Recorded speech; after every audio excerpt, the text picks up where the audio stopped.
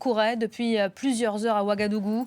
Elle nous a donc été confirmée ce matin par plusieurs sources sécuritaires, par notre correspondant. Le président du Burkina Faso a bien été arrêté après de longues heures d'échanges de tirs autour de sa résidence.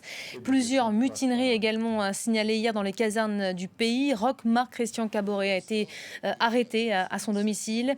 Depuis, des hommes encagoulés ont pris position autour de la télévision nationale, la RTB. On retrouve à Ouagadougou notre correspondant Khalid pour faire le point sur la situation. Bonjour.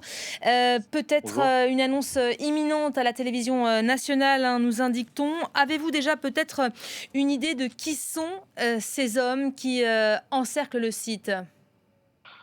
Écoutez, à l'heure où je vous parle, tout ce que je peux vous dire, c'est que tous les regards sont tournés vers le bâtiment de la RTB, Radio-Télévision Nationale Burkinabé, où sont positionnés 3 blindés, dont un juste au niveau du portail d'entrée.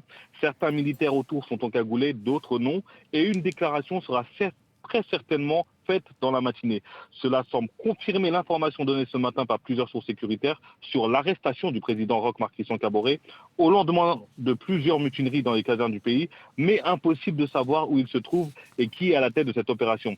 Ce fut une nuit agitée à Ouagadougou avec des tirs entendus dans différents camps militaires, mais également aux alentours du domicile privé du président Kaboré. Mais au moment où je vous parle, la vie a repris dans la capitale burkinabé. La population vaque à ses occupations alors que nous sommes dans l'attente d'une déclaration des mutins à la télévision nationale.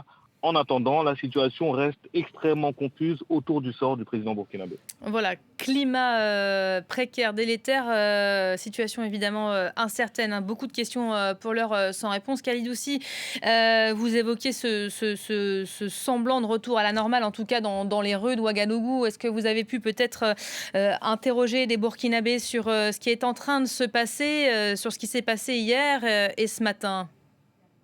Les Burkinabés que j'ai pu avoir se posent des questions, toutes les questions que le Burkinabé de base et que le Ouagalais de base se posent, c'est que s'est-il passé hier? Pourquoi les mutins ont-ils tiré et quel est le sort du président? Ce sont les principales questions que tout le monde se pose.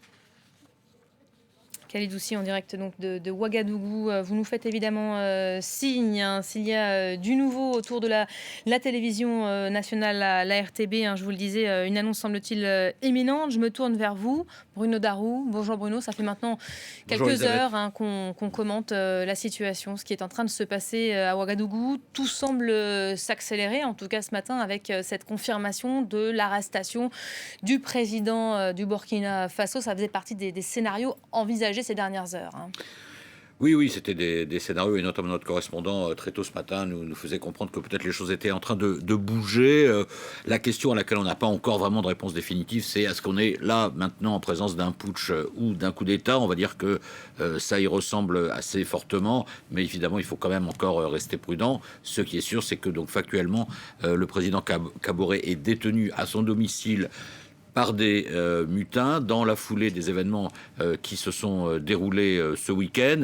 Alors quelles sont les demandes de ces mutins, y compris vis-à-vis du président Kaboré? Hier, le ministre de la Défense, le général Simporé, disait que en fait on n'était pas face à un coup d'État, qu'il y avait des mutineries effectivement dans plusieurs casernes du pays pour demander de meilleures conditions de travail, pour demander aussi ce que ne disait pas le ministre de la Défense, la démission des hauts gradés et des chefs d'état-major, y compris sans doute du ministre de la Défense aussi. Voilà.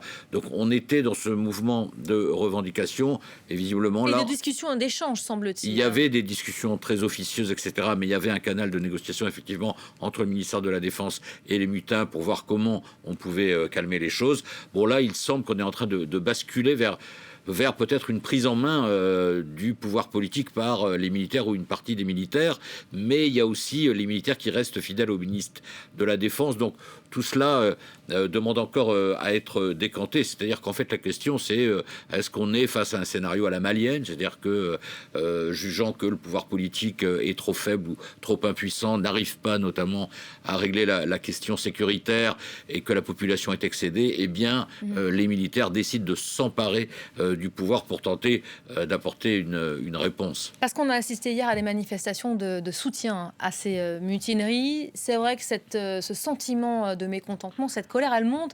C'est pas nouveau, hein, ça fait des mois que ça dure. C'est pas nouveau. Et il y a eu plusieurs éléments qui ont contribué à aggraver la situation.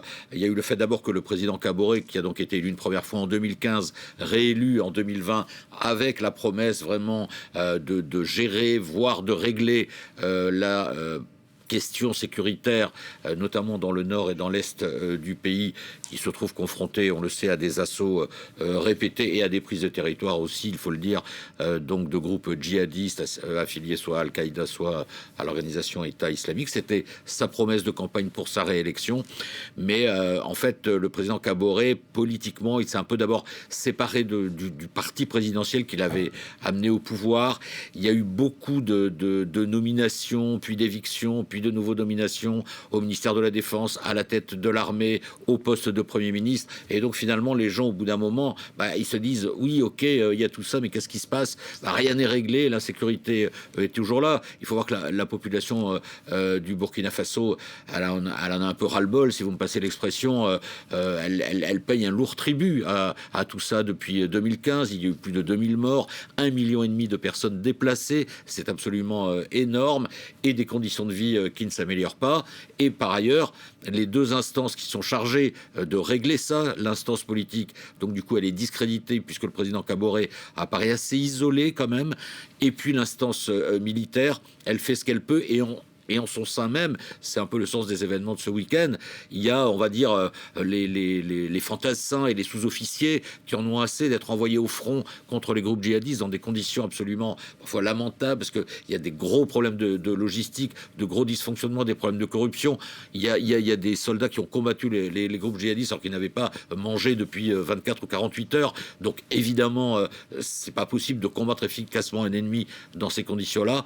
Il y a cette accumulation de facteurs qui fait que là, on est voilà, dans un moment, en tout cas, où peut-être les choses sont en train de basculer.